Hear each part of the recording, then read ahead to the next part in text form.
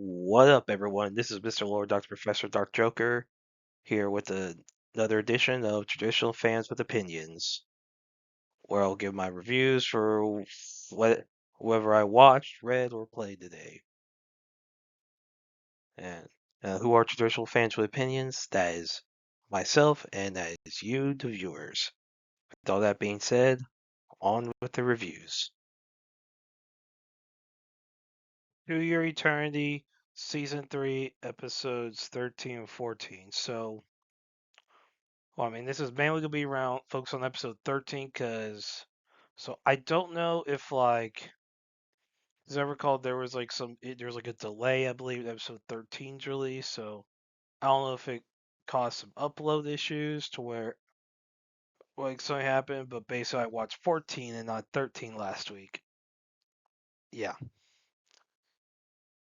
so that's why I felt like it was like some context was missing. I mean, it was a fine episode last week, but anyway. So yeah, with 13, Fushi impersonates Funa in order to is try to figure out the whole deal with Mizuha, and basically he gives like all these like earpieces that I guess Mizuha made in order to try to befriend people. And it kind of works, and then like Funa appears alive. So basically, Funa was hanging around as a ghost, and she was observing everything and saw how all like her friends or teachers were all concerned about her. So it made her want to live. So Fushi made her a new body, and you know she came back alive. So she's like I guess no longer depressed. And basically, the Funa walked in. So Fushi was having a conversation with Mizuha. So Mizuha was trying to like kiss Fushi. Funa walked in, and like Mizuha. So it's hard to know at times whether or not it's her or the knocker that's controlling things. So yeah, then Fushi sees it there is a funny scene with so you have so you have March and so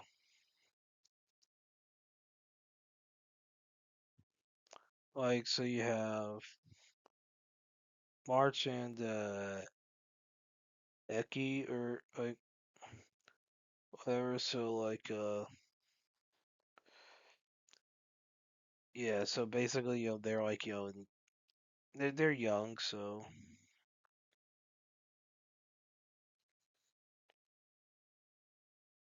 or Echo and Itty, whatever. I think I've seen both pronunciations. Itty, so basically, and Itty's like dirty. So and March is like exhausted. So Fuji's like, what's going on? Now, of course, it's revealed that basically they're just studying. And so Tanari's son Fushi returns. Then he hears about like something happened with Gugu, which in episode 14 we see what happened there. And so Fushi's concerned about like everyone being happy. Then you have Mizuha is like depressed, like basically overall, like basically the knocker with still with Fushi, and Hana appears, tries to comfort her. Mizuha kisses Hana. Hana's like, whoa, what? And I mean, here's the thing: whether or not Hana is into Mizuha is, I guess you could say it's debatable, whatever, who knows. But basically, so Mizuha is like her emotions are all out of whack or whatever. I mean, they've been out of whack the entire season. That's a common theme in this season for Mizuha. And so Hannah like gets sad or whatever. Like, do you like how Mizuha says about where like basically like how Mizuha like wants to be like I guess how Mizuha approaches friendship because Hannah knows that like Mizuha's into Fushi. She knows that like everyone knows that real. But and she runs away, and Mizuha's concerned about where Hannah's at. She's concerned, like, where, how, what happened, and I guess hopefully we should get the explanation soon, like, whatever, but what happened. Because, we see, like, episode 14, the fallout from the priest, so March and Itty, I guess, succeed in learning what they're trying to learn, and, Gugu, of course, all his stuff. So yeah, so with all that context, it does make episode 13 helps 14 make more sense, as expected. Yeah. And 13 also was a good episode. So both of these were good episodes. Looking forward to the next one.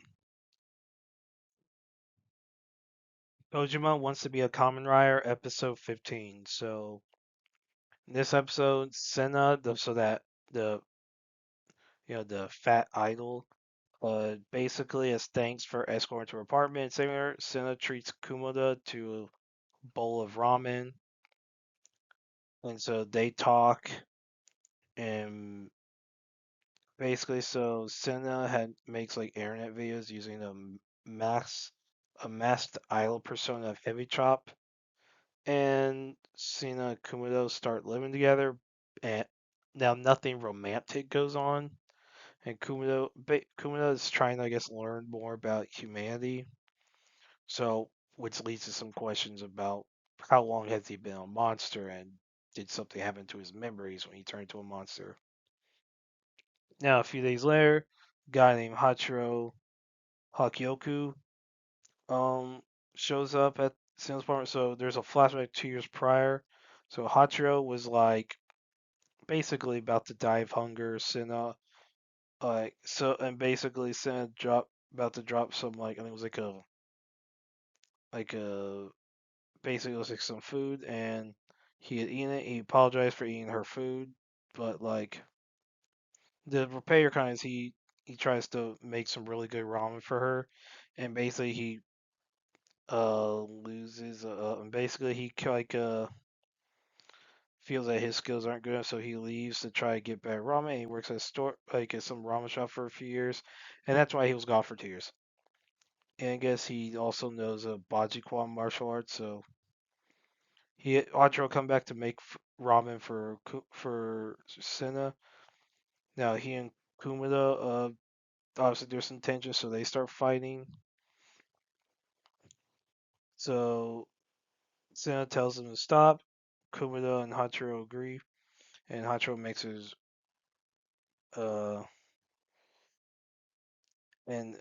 his ramen for Senna and asks her to choose between him and Kumada. Senna sees that thinks it's the best ramen she ever had. Hachiro realizes that Senna loves ramen more than him or and Kumada. And then Kumada basically he finds himself amused by how how like based how humans act. So obviously he's trying to learn more about humanity. So yeah, I thought it was a good episode. It's definitely weird having basically like 2 episodes focus on like other characters. So you don't have, so Tojima has only really been showing like flashbacks, this and the past episode. But obviously they're trying to set some stuff up. Now I don't know how important Senna is going forward. I've never read the manga, but overall I thought it was a decent episode. Um, it is weird seeing like some basically some no name character be like a main focus, and it's all about ramen. I'm like, man, Naruto didn't even put this much focus on ramen. Overall, that was a decent episode. Looking forward to the next one. Digimon Beatbreak, episode 15. So in this one, so the Mushroom Gang tries to mess around. So yeah, so basically they try to infiltrate the Narincho shelter while Kyo's away. And then so Chambermon returns as Red Vegemon, who defeats Gekomon. And so like you have a lot of these really young, like in-trained Digimon who are vulnerable, and they try to defend themselves against Red Digimon, and then Mushroom Game ends up defeated. Then like basically they have a change of heart. Kyo offers them a second chance, and the Mushroom Gang agrees to like help defend their Inso. And yeah, so and it looks like there's a tease for Rena. Like there's some backstory for Rena, setting up basically for her and Prismon to have some big story coming up. So yeah, I thought it was a good episode. That was interesting focus on like I guess the Mushroom Gang. So and then it looks like obviously they're setting some stuff up for later. But yeah, I thought it was funny. I thought it was a good episode. So the like you see all the little Digimon training. I thought it was great. But yeah, I thought it was a good episode. Looking forward to the next one. New Miburo season 2 episode 4. So in this one, so the Miburo there is like a growing like rift between the Kondo and Serizawa factions due to like how they basically like how they're personalized. So Serizawa is like a basically a true blood samurai, like basically how you see basically Serizawa is concerned about war coming to Kyoto, thinking they should prepare, and Kondo faction, a lot of them are like peasants, so they're not like they weren't like career swordsmen. So they have it's like a different mindset thing, and it's very hard to I guess reconcile the two.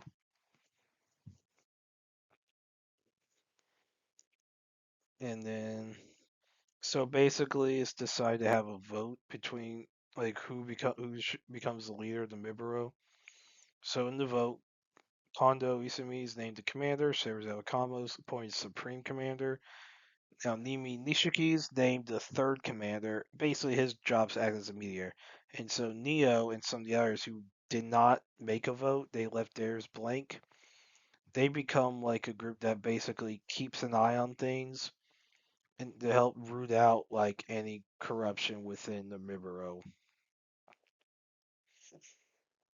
And then yeah, so yeah, obviously it's leaning to like because history there is some history like stuff in this. Yeah, like because some like basically there being conflict between Serizawa and Kondo that does have a basis in history.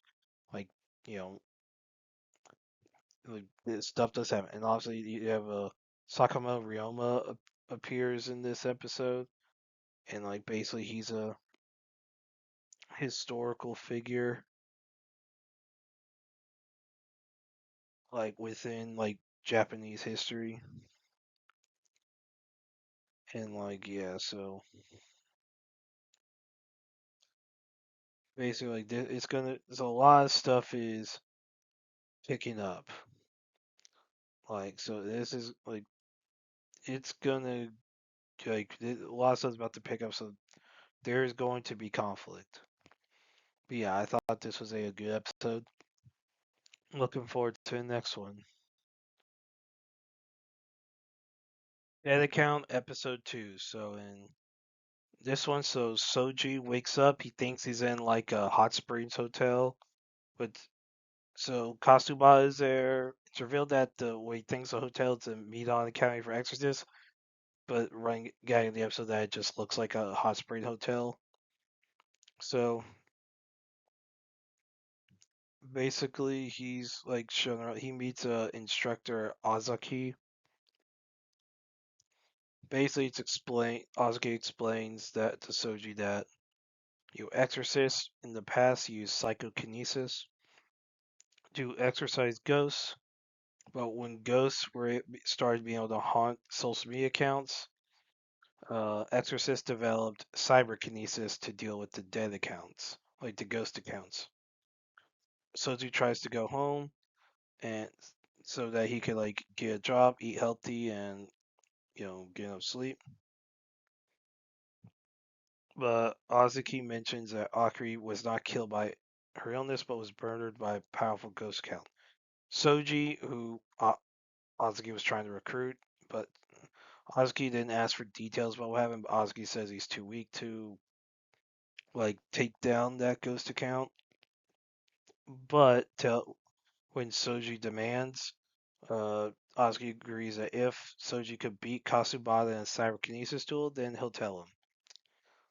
Now, a bunch of the other extras there, they call Soji a flame baiter due to like types of videos he made.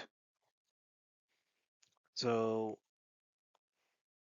and then Kasubata fights like Soji, and you see Soji was getting more used to his powers, and everyone's shocked when they see the blue flame, which they call a demon flame. And like Kasabot, who hates flame bears, taunts him over Akari's death to try to get Soji to take it seriously. And like basically like so, and Kasabot beats him and almost he and Kasabot starts taking it way too serious. So Azuki does have to stop the duel, so he doesn't like kill Soji.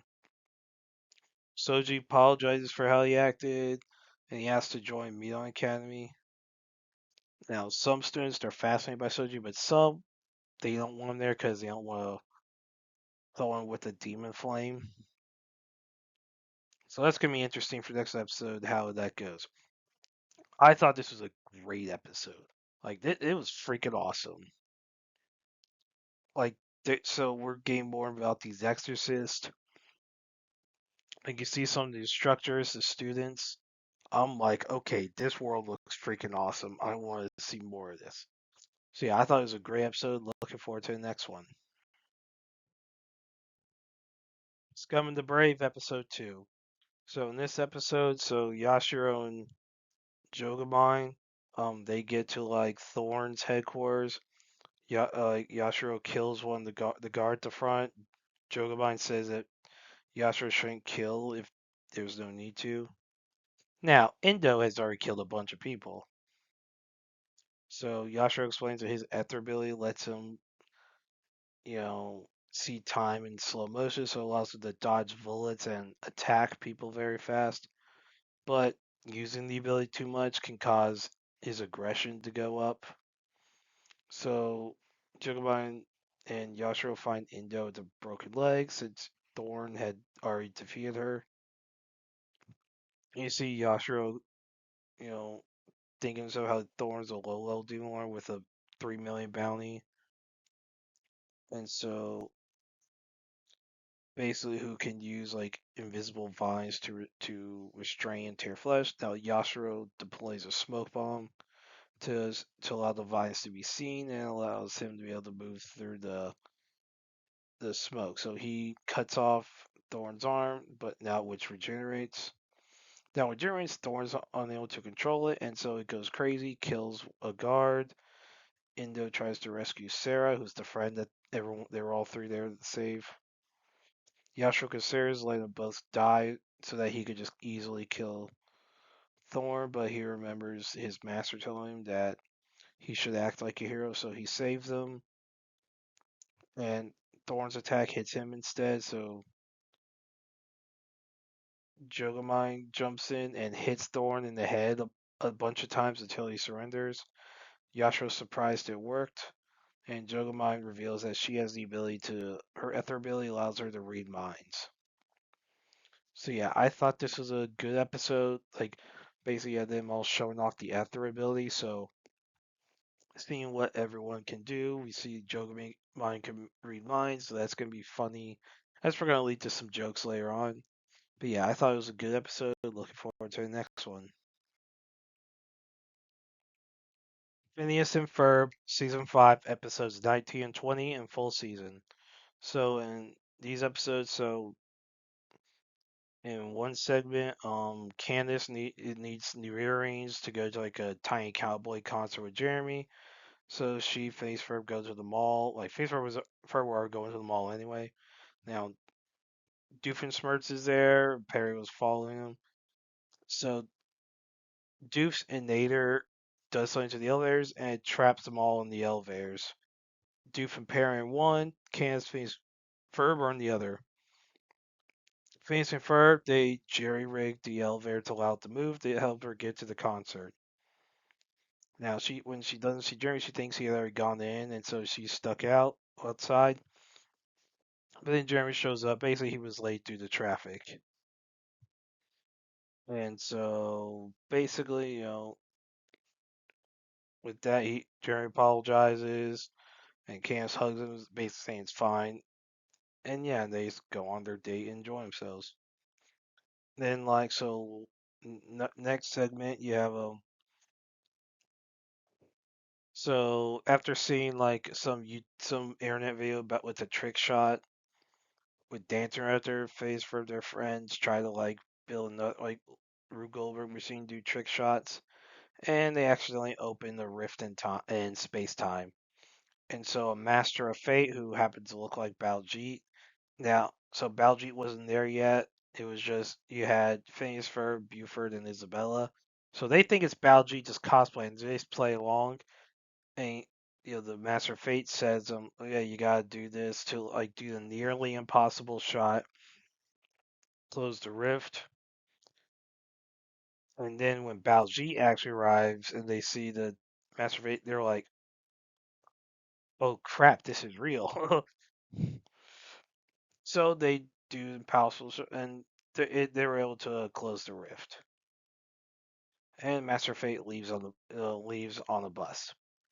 Now the next segment, on the finale, it's so Doof builds these Anairs he calls coin collectionaires, but so he Norm tells him that those Anairs were vending machines, and he gets concerned because so Doof has a fear of vending machines becoming sentient and taking over the world, which is why he has a giant coin collection.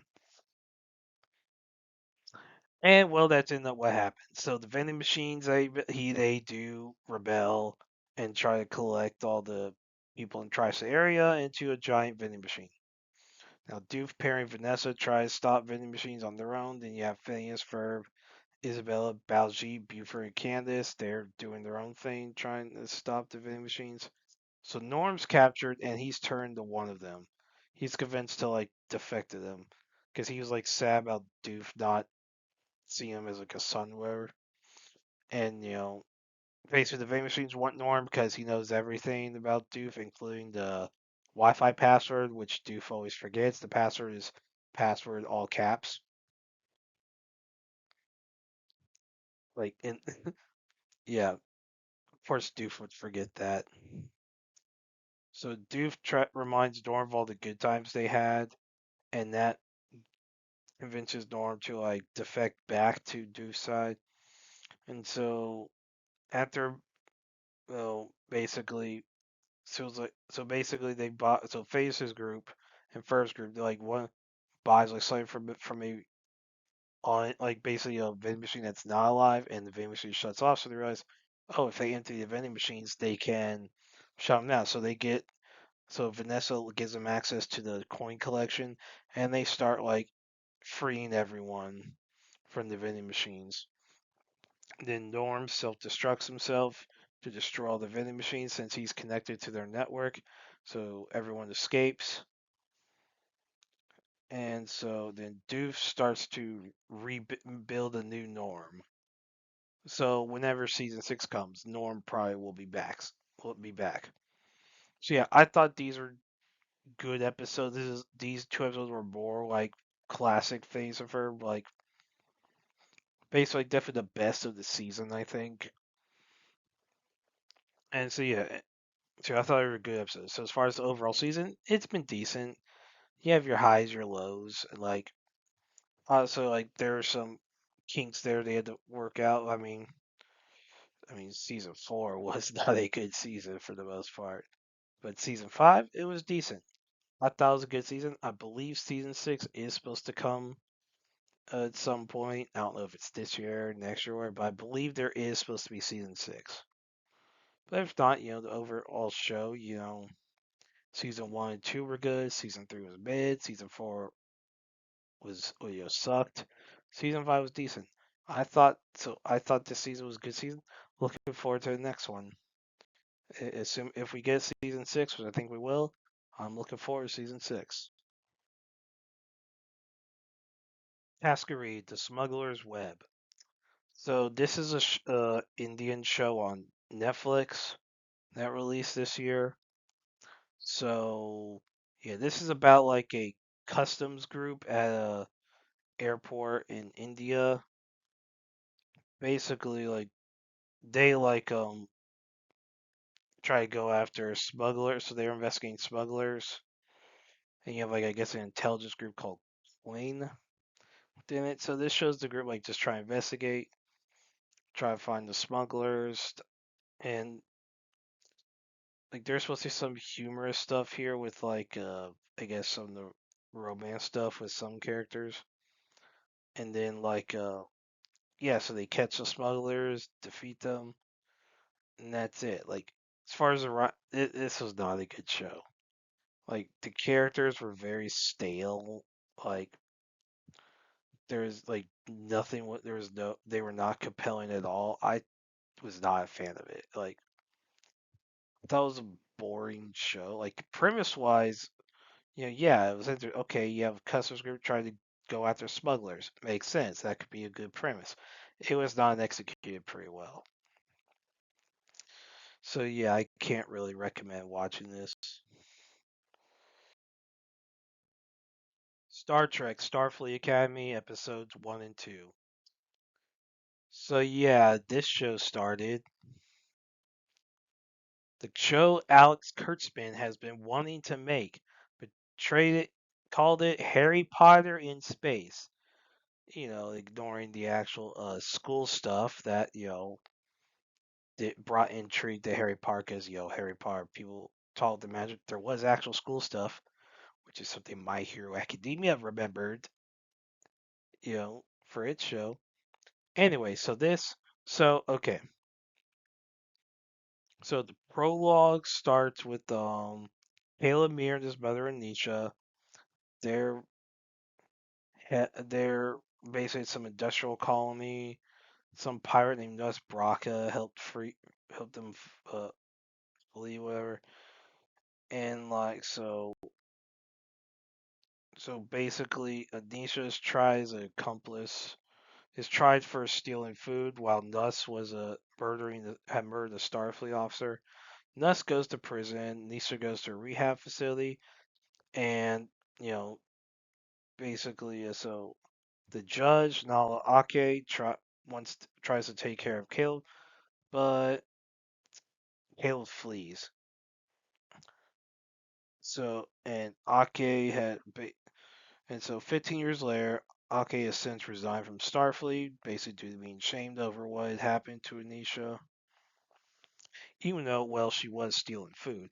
Now, how in a where you have the replicators and all that stuff, how there's a food shortage, I don't know. I mean, that could be explained as like if like all the replicators went out or something, and that basically would people have been using replicators for so long, growing food, like hunting for food, had basically became like a lost skill. Okay, that could be something to discuss, and that would be an interesting thing. Because if let's say everyone had replicators and all the replicators went away, and basically hunting and and basically growing food, hunting food, and those had been out of use for centuries or whatever. Okay, I understand that causing a food shortage, but that should be explained. Anyway, so basically, basically he's like as a criminal. He was like searching for Anisha. Ake finds Caleb whenever Caleb's arrested, and so Ake offers him to be a cadet at Starfleet Academy, which is being reformed. So basically the whole thing from Star Trek Discovery over some kid having like on like a temper tantrum or something. So the burn in Star Trek basically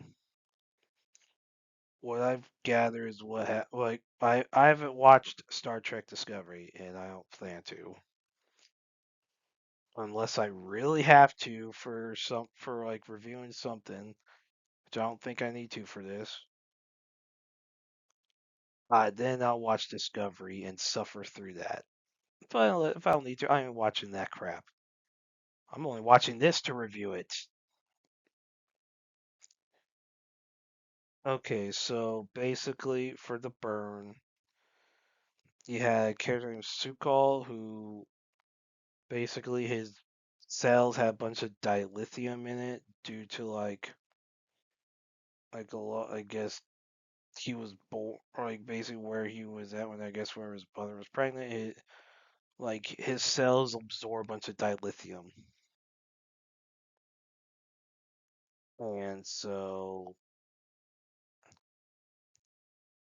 yeah, and so basically he saw his mother die of radiation poisoning, and he basically had emotional outburst and caused a subspace shockwave that destabilized all the dilithium. And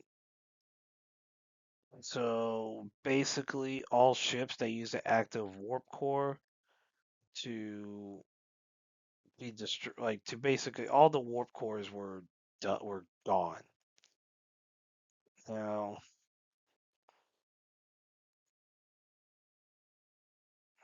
now there was a whole issue regarding warp cores that did not use dilithium.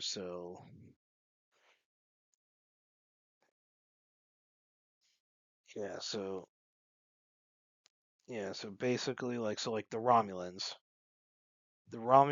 they do not use dilithium. They use, artificial quantum singularities, and then so basically, the Borg have their own thing, and so yeah, so basically that leads to an issue. So the Romulans, so now if the Romulans and Federation, if they had completely made peace at that point in Star Trek before the burn, because you had all the stuff. Obviously Romulus was destroyed. Um, Obviously, Spock was trying to help broker a lot of peace between Romulus, Romulus, and like Romulans and Vulcans. Before he went into the Kelvin timeline. So okay, so you would think the Romulan model would be used, and well, of course, you had the issue if there was still distrust of the Romulans, that could have like the Romulans. Obviously there would be some issues there potentially. So basically, like warp core, like there was a lot of rebuild. The Federation like collapsed, a lot of systems left, and then basically it's rebuilding. So in Starfleet, kind of this is basically the first time in 100 years that there's been an academy, and so Caleb joins the academy and meets like the other students. So amongst them, you have Jaden Prague, who's a Klingon who doesn't like so he's a Klingon who wants to be a medical officer, so not really a fighter. You have Sam or Serious Acclamation Mill. So it's a Kaskian hologram. So basically, so she's the first Kaskian to attend Starfleet Academy. Now, okay, one thing I don't understand, it's a hologram. Why is a hologram attending school? Why can't it just be have all the necessary knowledge programmed in? So here's the thing with this hologram: is like a few days old, so technically it's like a few weeks old, whatever. But it's programmed to be like a 17-year-old that I guess act like a 17-year-old girl. Now, why? I I don't know. It's Hollywood, so I mean, Hollywood has its issues. I mean, gosh, like it is retarded. Like, why would you Why would you program a hologram that goes to school? Like, this isn't like Assassination Classroom where you had the AI that was there to kill the teacher. Like, that's a whole different thing. This is not that. This is a hologram that's just attending school and acts all bubbly, whatever. I'm like, why would you make a retarded hologram? Like, you just make it like a act like a hormonal teenager, and it's only a few days old. I mean, there's a lot of messed up things there with that. Like, you face it, if you're making a hologram, you program it with all the necessary knowledge it needs to do its job. Which, you know, I mean, so the hologram should not be going to school. That just shouldn't happen. Unless you have, like Durham Raimi, who's like a Keonian who wants to be a captain, and you have Genesis Lythe, who's a Darshaw, who's who's a daughter of an admiral. And so you have the Doctor from Voyager, and basically like obviously the Doctor's a hologram, basically it's a 900-year-old hologram at Starfleet Academy, and then basically how they explain with obviously Robert Picardo being older is that the hologram added an aging function or to make organics feel more comfortable around the hologram. I mean, yeah, I mean de-aging was going to be expensive, so having I guess the aging program to have the I guess makes some sense. Yeah, and so the doctor acts as a teacher, and you have all these students. So one of the teachers is the cadet master is Laura Thuck, who's been discussed, part Klingon, part Jim Hadar, first officer of the Athena. So okay, here's the issues with Laura Thuck, whatever. So Jim Hadar are supposed to be all male. They don't procreate. Like they don't. They're cloned. They are bred for battle, and that's it. The only way this could make some sense is if, let's say, something where who like the Jim Hadar, like however they made, like if there was an issue with the cloning, like it was like a price thing, like basically did something happen because obviously with the burn and stuff like that, which that's the burn, the way that happened is just retarded. I mean, really, it started from a temper tantrum in essence. Like, kid got sad, all warp drives explode. So Laura thought, so Jim Hadar, like, supposed to be all now. If there's an issue where cloning was like something happened, like where cloning was becoming too much of a problem, where it was due to money, equipment, due to like all the rebuildings had to be done, maybe there were some issues. So it was explained that in order to help make things cheaper, if the makers of Jim Hadar decide to have you know a batch that could you know reproduce. So and then like where was they decide to adjust the formula to make a female one that gave birth, or basically adjust one for male and allow him to be able to conceive children with a woman. It feels like, and basically to you know Talk is part Klingon, so basically if you know a Jim Hadar was sent to Klingons and then conceive a child as a way to save money, because I mean, so Floating is not cheap. I'm sure it's not cheap. If there was an issue and they needed to breed the Jem'Hadar instead of just make them in a test tube, okay, but that should be explained. Like that should be explained like explicitly because there's some lore issues here. Not that Kurtzman and his people care. Yeah, and so Thawk tries to talk like a drill sergeant. The character has no presence. If a here's the thing: when you have military shows, like one, there's physical like standards that characters need to meet, which a Lord Thawk definitely doesn't meet.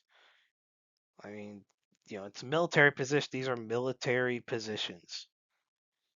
I mean, a lot of these are exploration vessels, but they are military positions. Like they should be in peak physical condition. And so Thawk, so for I guess her role trying to be commitment, there's no presence at all. If you're like where it's in real life or the movie, if you're like the drill sergeant, or you have to have presence. That character does not have presence. Cannot yell like a drill sergeant when needed. Like, gosh. And so one of the things that happens in these episodes, so Caleb keeps trying to hack Starfleet Academy to find his mother, who's like basically he learns is on Goja 5. And so yeah, so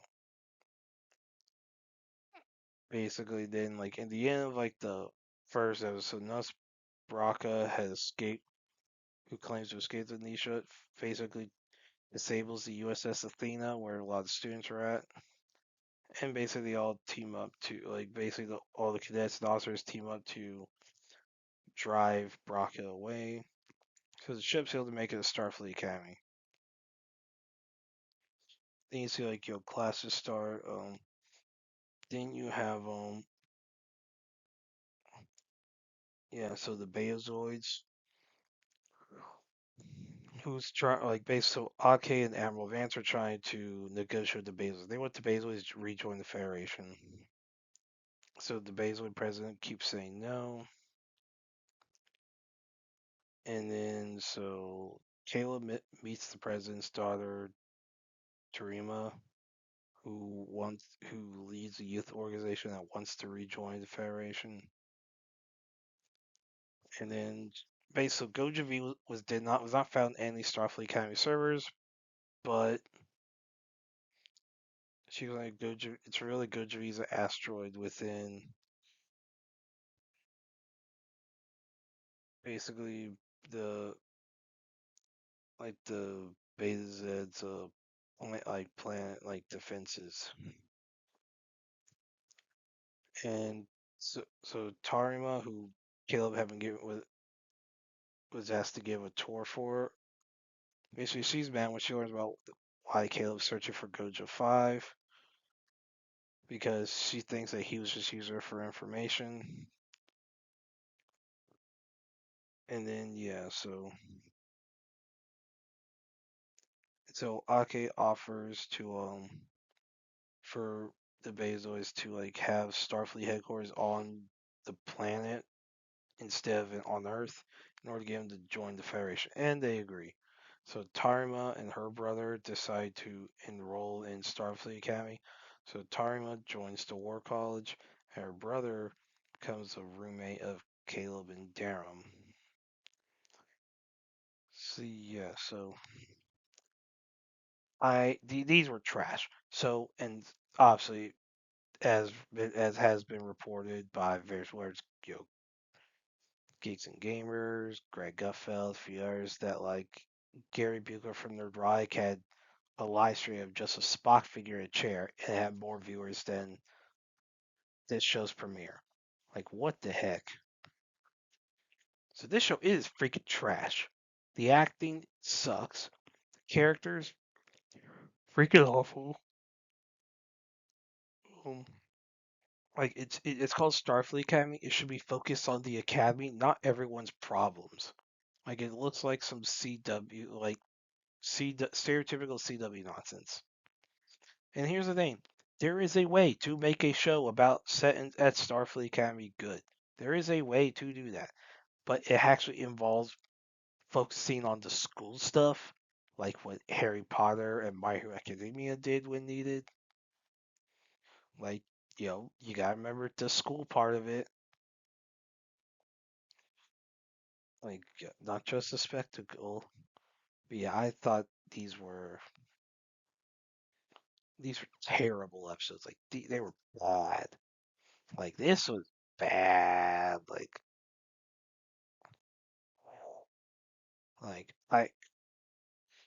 I'll suffer through the next episode. It sucks, but I'll suffer through it.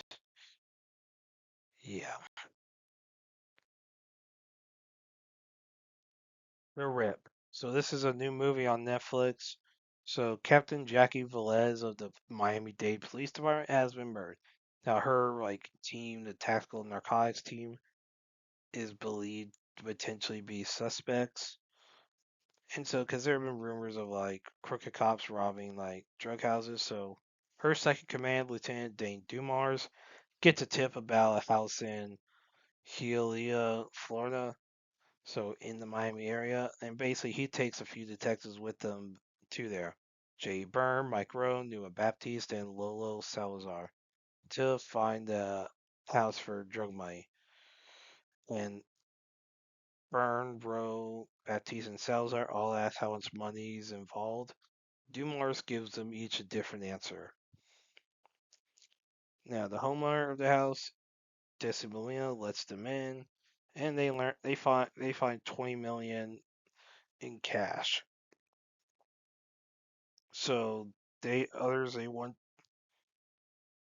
for higher command to be reported, for Dumars to report it to them as his protocol, but Dumars basically says no. He takes everyone's phones, but Rowe has a burner phone, and basically there's some music some local cops, the cartels. So Desi reveals that she was told to offer share the money. The staff discovered, and it's revealed that she was once a police informant. So Dumars is suspicious. So calls come to the house, threatening the team to leave, and the specific number is mentioned, and so Byrne confronts Dumars about the original tip when Dumars doesn't show him, and basically, so a lot of times they're concerned about Dumars is going to try to steal the money, so is able to get his phone whatever called DEA agent Matty Nix, who claims that Dumars might be involved in Velez's death. Now Byrne was dating Velez, so obviously he has a personal stake in solving that murder. So Byrne investigates a nearby house to investigate the cartel, and then yeah, so and then yeah, so the place is that house is shot up. So Byrne comes back with a lookout for the cartel, and who basically Byrne has called his boss, explained that and the boss explains that they did not attack the detectives. And so the cartels want to leave their money behind, but they tell they explain that Velez may have been killed by one of her teammates. So Byrne gets in a fight with Dumars, and there's a whole scuffle. Rowe loses his burner phone. The house catches on fire as Dix arrives. So Baptiste and Salazar stay with Tessie, while the others um, accompany Nix and all the money within an armored vehicle. So it's explained that Dumars got the tip from Velez, and before she was killed, and basically that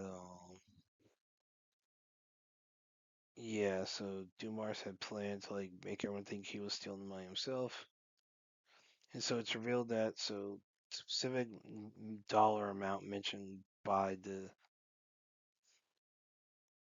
by a caller was the same amount that Dumars told Roe, and that basically Dumars tells Ronan that basically he figured it out, and that he learned that Roe was in league with that crew, like with Nix, the Healia officers. Yeah, so basically then yeah, so there's like a whole fight between Nix and Dumar. So Nix opens fire. His father's killed. And yeah, so basically Nix is revealed. So Nix shoots back to reveal. So Byrne had a brother named Dell who was an FBI agent. So authorities arrive, and yeah, and then Nix runs away, like gets in a car and drives off. Byrne, who's injured, chases him and defeats him. And he basically he shoots Byrne shoots Nix in the head.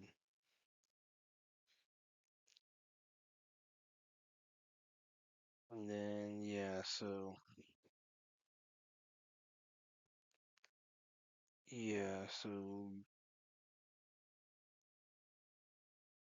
and yeah, so basically Rose arrested. So yeah, things are at peace. So then hmm, yeah, so in this so then once they defeat arrest Roe, kill Nick, so Nessie gets 20% of the treasure due to their cooperation. Then FBI gets arrested. Yeah, so I didn't not really. I did like so this was a surprise hit. So I thought this was good. So Matt Damon, Ben Affleck, they're really freaking good. Like they are really good in this. Like I thought it was a good movie. Like it's not one. It's one that should have released in theaters, and I think it would have done decently well. But Netflix with their retired release schedule, you know how it is. But yeah, I thought this was a really good movie. Like the action, like the characters, like you see, like there's a question about who's like telling the truth and all that. Like who's like dirty cop, who's not. But yeah, I thought this was a very good film. I recommend watching it. Well, and that's it. Did y'all like the stuff I reviewed? And if you have your own opinions about all that, you can put all that in the comments. Thank you for watching, and like, subscribe, and all that. And look forward to the next video.